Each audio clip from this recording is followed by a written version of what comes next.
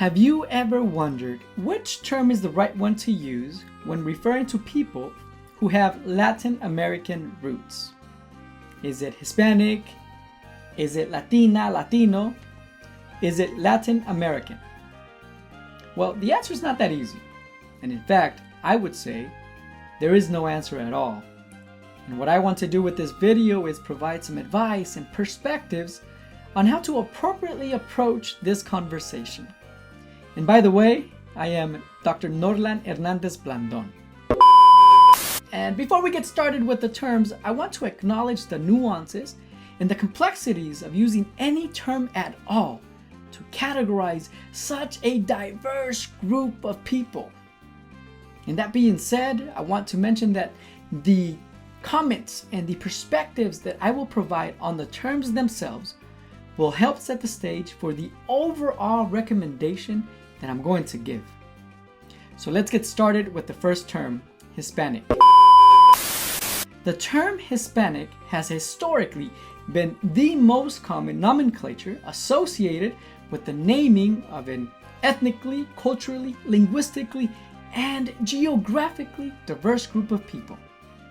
Its use began in the 1970s through the US Census Bureau to classify people from Spain or Spanish-speaking countries. Hence, Hispanic has been defined as referring to someone with roots from a Spanish-speaking country. Now, compare that term to Latin American, which refers to people who are from or have roots from any country in Latin America. And it's important here to note that the countries that are included within this term may be Spanish-speaking or Portuguese-speaking or otherwise, because there are large segments of indigenous communities that have retained their original language, their dialects. Hence, to me, this is the more broadly inclusive term. And then we have a variation of that, Latina, Latino, which shares this particular definition with a couple of caveats. First, the people that use these terms have gender dynamics in mind. The explicit use of A/O and the @ sign demonstrates an intentional efforts to emphasize parity between sexes.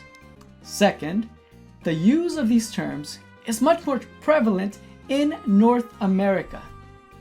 People from Latin America or from Latin American countries generally use nationality to identify themselves as Nicaragüense, Guatemalteco, Costarricense, things like that. And then we have the third term, LatinX.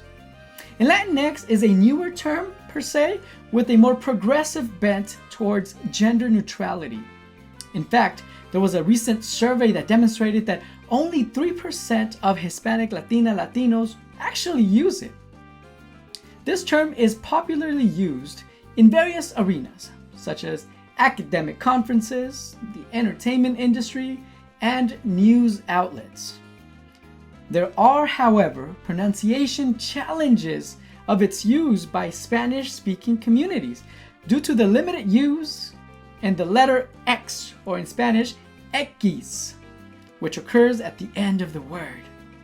Okay, and the last way that I'll mention about naming is really nationality.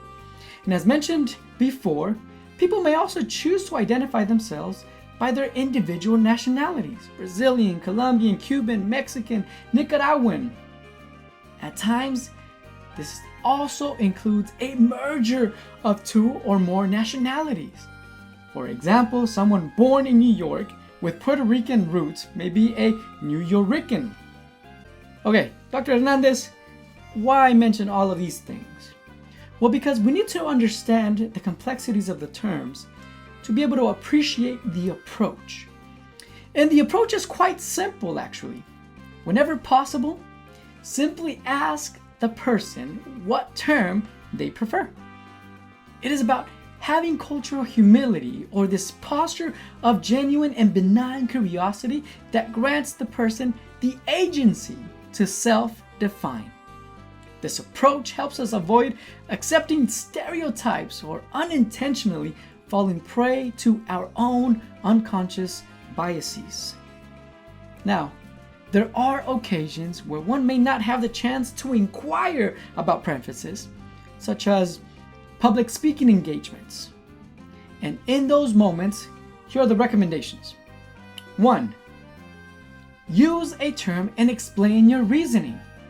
This is where the notes that I've mentioned on each term are useful. This will notify the audience that the use of the term is an informed position. Number 2, acknowledging the limitations of any particular term that you use for such a diverse group of people and expressing intentions to be as inclusive as possible. This will let the audience know that you are open to alternative terms. So let me land the plane and let me conclude by saying that this conversation is not merely of properly utilizing a term. It is ultimately about recognizing and honoring the imago Dei, the image of God imprinted on every human being.